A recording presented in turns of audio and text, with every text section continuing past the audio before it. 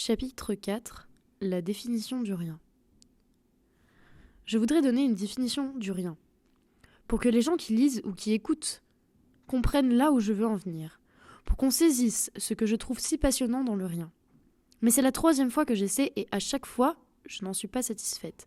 Alors j'espère que cette fois c'est la bonne. Je ne sais pas ce que vous en pensez, mais déjà le rien c'est vaste.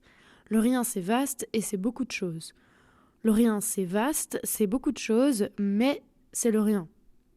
Pourtant, étymologiquement, le mot « rien » est issu du latin « rem », accusatif de « res », qui signifie « la chose ». Avant de définir l'absence de quelque chose, rien, désignez le bien, la possession, la propriété.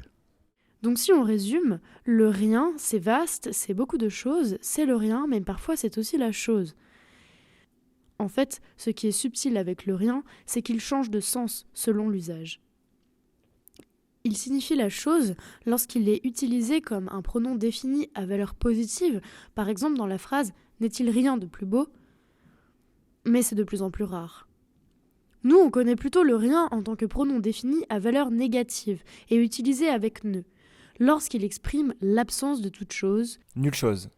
Par exemple, dans la célèbre phrase d'Antoine Lavoisier, « Rien ne se perd, rien ne se crée, tout se transforme ».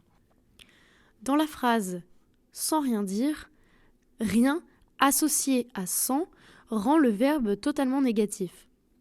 Enfin, il peut aussi signifier peu de choses, comme dans « j'ai acheté ce pantalon pour rien ».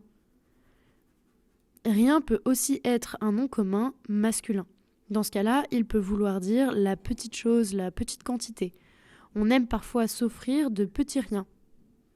Pour finir, et après promis j'arrête avec ces définitions un peu barbantes, rien peut vouloir dire le néant, la chose qui n'est pas matérielle, le vide, l'absence. Une chose bien difficile à définir, que le Larousse décrit comme étant le non-être, le fait de ne pas être, de ne plus être, la non-existence, ce qui précède ou suit l'existence. J'ai remarqué quelque chose à force de faire des recherches sur le rien et maintenant que j'ai déjà écrit quelques pages sur le sujet. Mon ordinateur reconnaît le rien comme un nom, mais pas avec un article défini, qu'avec un article indéfini. En gros, le rien, ça c'est non, mais un rien, ça c'est ok. C'est marrant tout de même, ça en dit long sur l'affaire. Et c'est la même chose parmi toutes les définitions que j'ai pu trouver. Tous les articles que j'ai pu lire sur le rien. Pas une seule fois il a été désigné par le. Il ne peut pas être clairement défini comme le fer à repasser sur l'étagère de la maison verte. Je ne l'ai jamais vu non plus associé à un pronom possessif. On ne peut pas dire ton rien ou nos riens. On ne peut pas non plus posséder le rien. Il est trop volatile, ce doit être pour ça. Trop insaisissable en fait. Le rien, c'est donc après ou avant, mais pas pendant. Le rien, c'est quand on n'a pas. Le rien, c'est quand on a tout et donc besoin de rien. Ce n'est justement pas un objet, mais une idée, un truc vaste qui n'a pas de frontières. Et le presque rien, je pense que ça serait ce qui vient juste avant le rien. Ce qui le précède. Si on enlève un tout petit peu de quelque chose à ce presque rien, ça devient rien. Mon amie Gemma Rosemariec m'a un jour fait une blague qui aura ici tout son sens. La blague, c'est ça. Je suis mieux que Dieu, je suis pire que le diable. Les pauvres me possèdent, les riches ont besoin de moi. Si on me mange, on meurt. Qui suis-je ? La réponse étant le rien. C'est intéressant, je trouve. Le fait qu'on utilise le rien dans le but de parler de quelque chose qui n'est pas, moi ça me fascine trop. En revanche, je suis pas trop pour qu'on parle du rien toujours comme quelque chose de négatif. Je pense que le rien peut être très positif et chouette. Il faut le respecter. Ce serait une vision bien trop manichéenne que de penser que le plein, le tout, c'est bien, et le vide ou le rien, c'est mal. Moi, je veux qu'on donne de la valeur à ce rien, qu'on sache l'apprécier.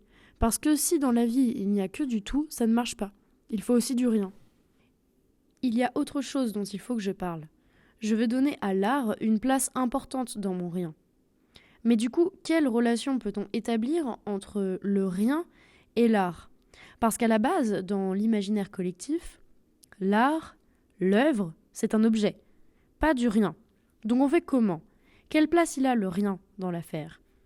Même le Larousse, il dit que l'art, c'est une Création d'objets ou de mise en scène spécifique destinée à produire chez l'homme un état particulier de sensibilité, plus ou moins lié au plaisir esthétique.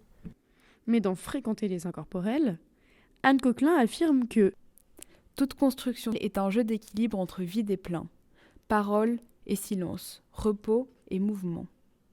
en croisant ces deux aspects, je crois que j'ai envie de chercher un peu où se cache le rien dans l'art, de voir qui lui donne de la place et de quelle façon. Et puis, en fait, ça veut dire quoi donner de la place au rien quand on crée? Bref, je voudrais faire une sorte de petite investigation comme ça, au milieu d'œuvres, d'écrits, de tout plein de choses. Enfin voilà, j'ai toutes ces choses dans ma tête, on verra ce que ça donne. J'espère que ça va vous plaire, parce que moi, j'ai hâte. Bon, c'est déjà terminé, mais on se retrouve au prochain épisode.